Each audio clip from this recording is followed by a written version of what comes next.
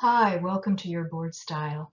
I'm Donna Hamlin, founder of Boardwise, and I'd like to share with you a little bit today about board styles, what they are and why they're important, and from our research, what the impact of diversity of board styles means for the quality of decisions that get made around the board table.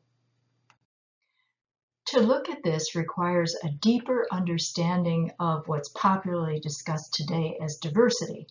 And the factor that we're looking at is based on the orientations we take to think about problems and how we solve them.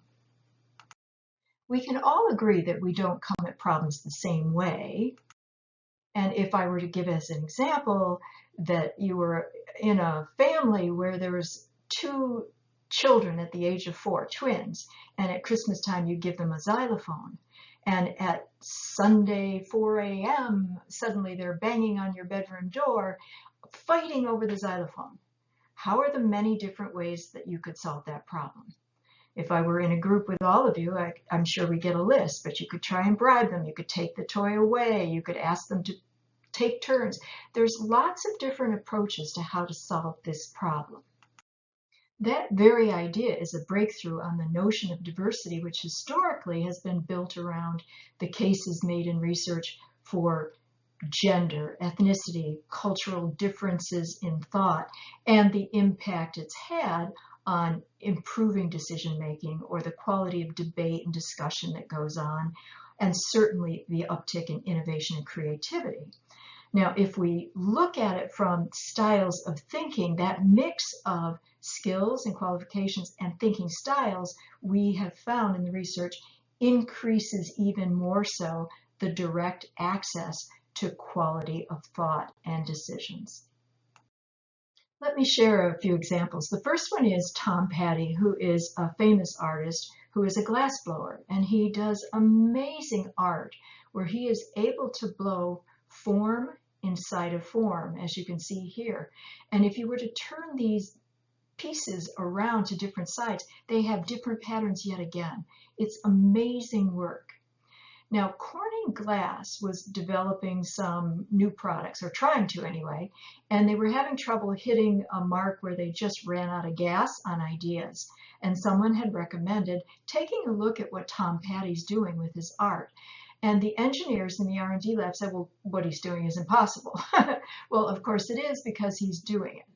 And they invited him to come in because he understands the medium of glass in a very different way than the way the engineers were thinking. He was able to provoke them into some new ideas. And as a result of that, they created quite a list of new products that came from that. And he's been an advisor for a number of years, supporting them on ideation with the use of glass as the medium.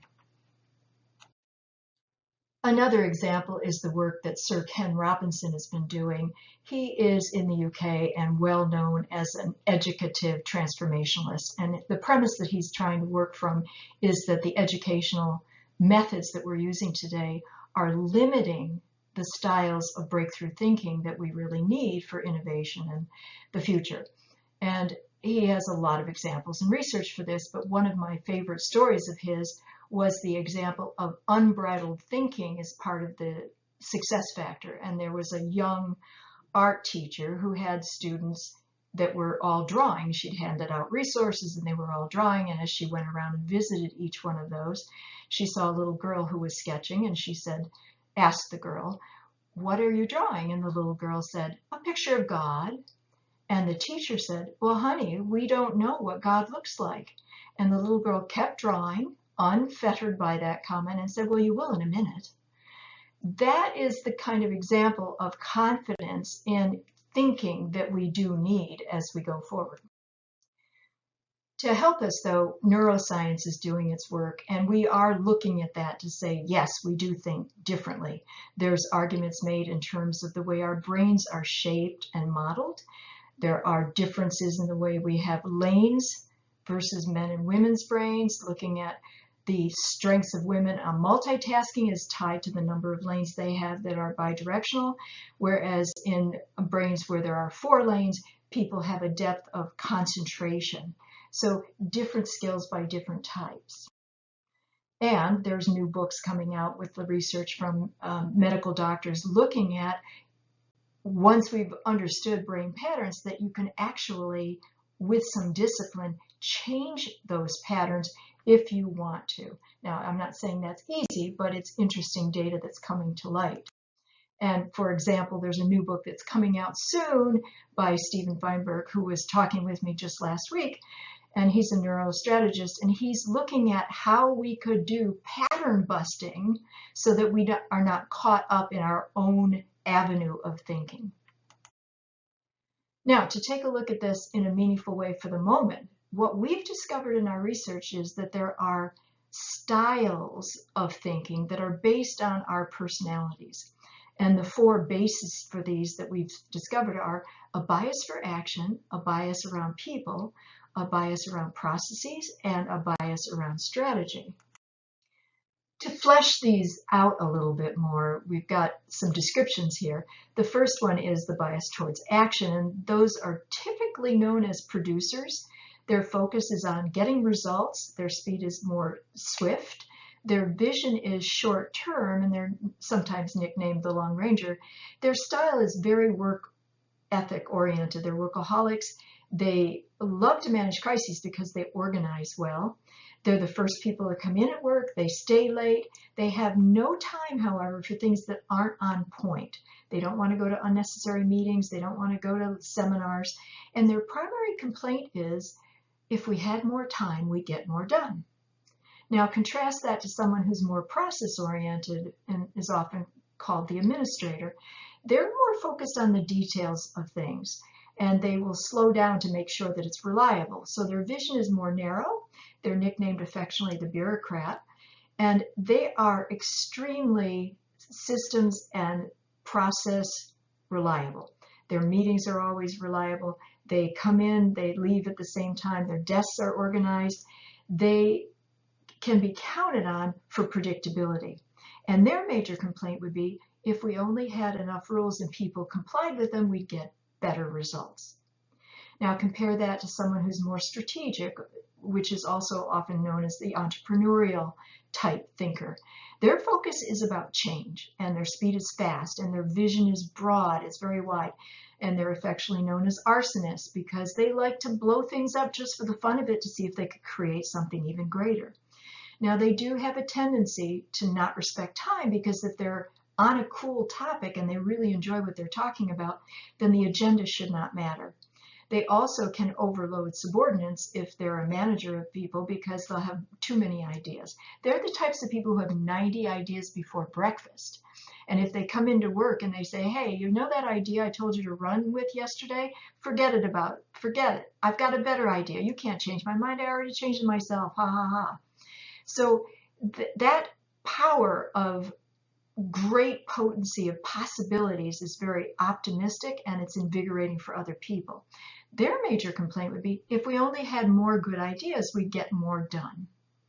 Now, the next one is a people-oriented style, which is known as an integrator, and their focus is around teamwork.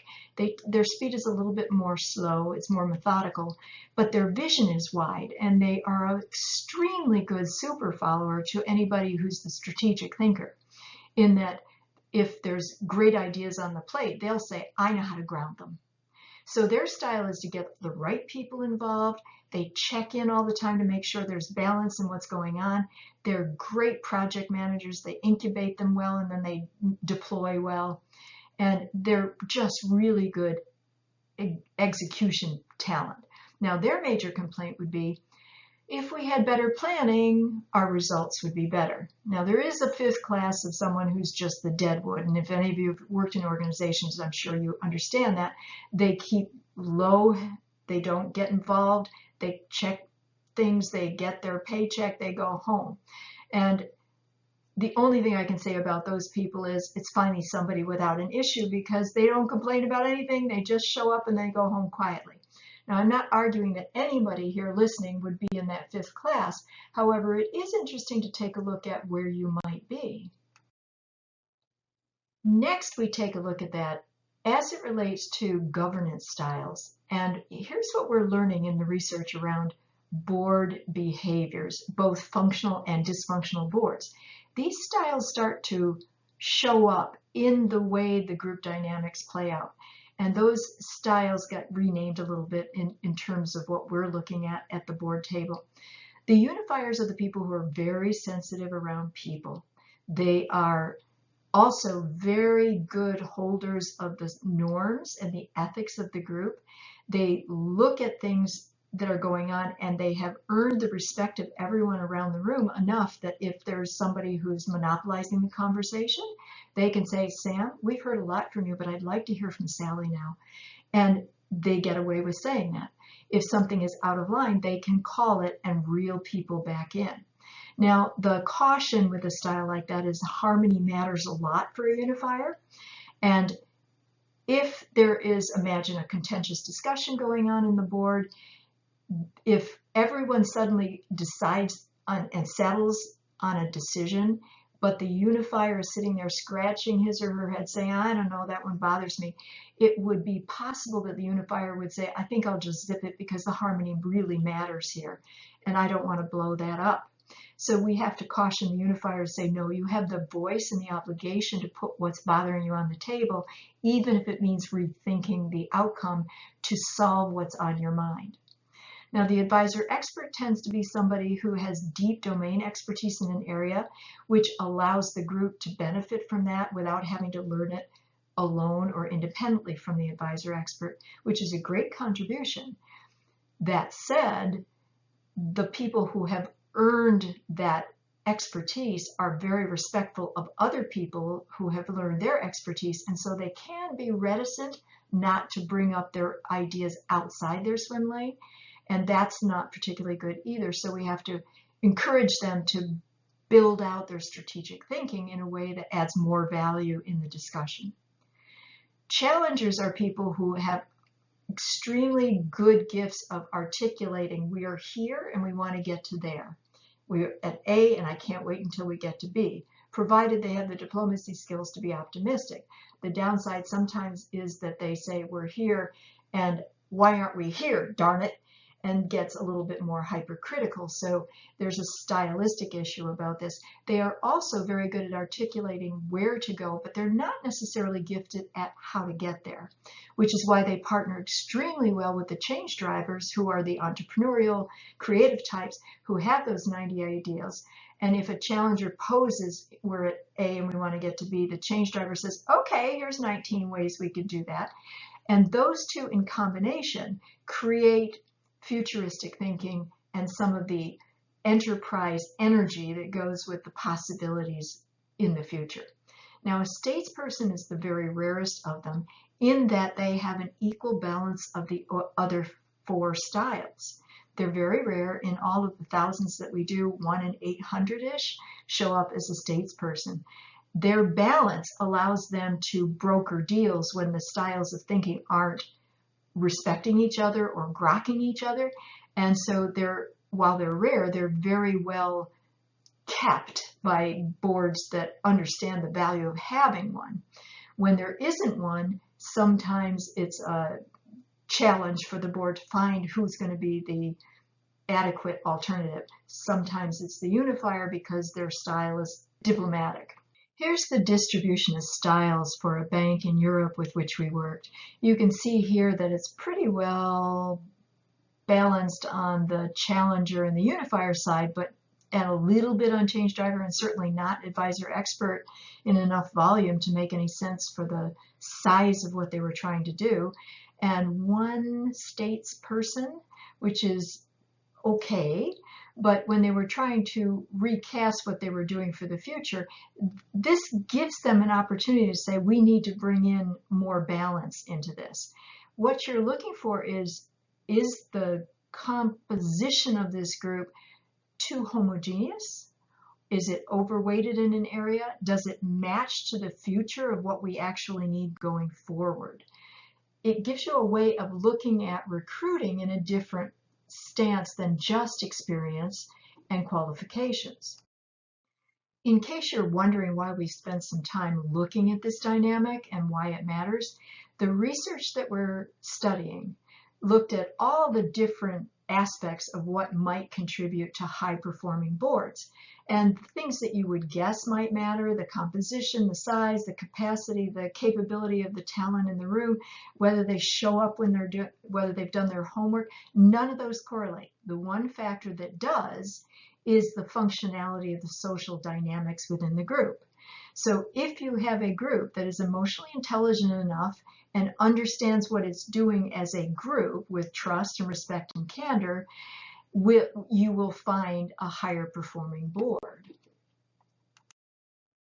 So if we know that diversity of thought and diversity generally is a good thing, why aren't we there yet with high performing boards? What we have found is that we say we want this, but when you start looking at the research of people who are in diversity roles within boards, that the complaint is, we want it, but we really don't know how to manage it very well. And the reports of complaints have to do with not being listened to, if you're the diversity person, of course, if you're not accepted as an equal, or you're treated as maybe not credible, or there are stereotype expectations in the way. These sorts of complaints are what's in psychological terms known as exogenous shock, because people want something and then they don't know what to do with it when they get it. And so while we know diversity is a challenge, the reason that we look at this and say it needs attention is because everything that you do in business, the currency is trust-based. And if we can't figure out how to trust each other when we're different, we have a problem. And the skills for mastering that have to do with the overriding ourselves, because we're not wired for trust. And when we get into circumstances where trust is required, if we're fear-based in how we attack the difference, there's emotional numbing, we've got unconscious bias, we've got all these things that get in our way. Now, Europe has been looking at this issue in a different way than the US market, in that many of the requirements for public statement filings have to include some kind of evidence for what the company board is doing to look at the effectiveness of their board dynamics. And you can see here the metrics that they're trying to follow. The reason we even started looking at this was because we were getting queries from European corporations saying, how do we put some metrics forward? We have no tools for this. We really don't know what we can present as evidence of what we're trying to do. And of course, if you add the complexity to these board processes that Europe was looking at and add director behavior, if you've ever been on a board where you see lots of high intelligence and low collective EQ, you know what we're talking about in the way of the challenge in front of us. And that leads us to this whole idea about discernment on what to do. And while Justin Trudeau has been popularly known to say diversity is a fact, inclusion is a choice, we'd like to make a friendly amendment comment to that to say that diversity is a fact, yes, but inclusion is actually a competency. We have to develop a capacity and a capability to take advantage of inclusion in more viable, valuable ways.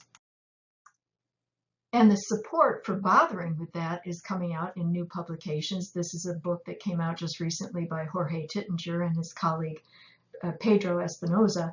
And the data is quite compelling in that 3,000 of the publicly traded companies in the US that were studied in this show a causal link between inclusion practices and higher innovation, improvements in financial performance, higher returns in hedge funds, and higher corporate valuations. There's certainly justice in troubling oneself to take a look at this. At the request of our European clients, we developed a psychometric model that takes a look at these styles. And we've been applying that in about 13 countries now to identify individual styles and also the influence and impact of the composition of a total board, to take a look at what improvements could be made in group dynamics as well as for recruiting and succession planning. And I'd like to just share a little bit of some of the reactions of a couple of people who have taken it and what it's done for them. What I find with BoardWise is that BoardWise truly reflects the reality of what is needed in a board. And so to me, not knowing anything of boards and what my role was going to be, after having done the BoardWise journey, I knew. And I use it every day in my board practice. So that's why I recommend it to everybody. When you're done with working with BoardWise and you put somebody on your board from that environment, you're getting quality people. You're getting people that can help move your company forward in a very successful way. So that's why I feel very strongly about BoardWise. And of course, all of this leads us to our invitation that you sign up and join our board bona fide registry, in as much as it will help you understand your style and our orientation of problem solving. You may well have guessed a little bit based on what you've just heard, but it's good to get that confirmation. It can help you with differentiating your value and what you bring to board table discussions. It will help you identify fits going forward so that you can screen and filter for what's right for you. And it could give you some ideas in terms of deepening your inclusion skills when you're working with people whose styles are entirely different than yours. And it will make you available for new board opportunities from our registry. We're membership based, and as people are asking us for looking for candidates, we do include this as part of the matching. So it is an international registry that looks at opportunities in about 50 countries now. It could be additive to what you're already doing. And of course, the registration is here if you're so interested to sign up or learn a little bit more. And finally, for those of you that might have an interest in applying this for your board in total, we oftentimes incorporate this as part of a board evaluation for those of you that are looking for an independent view. It adds a different dimension to the evaluation. And if you have any questions regarding the tool or its application, please feel free to reach out. Thank you very much.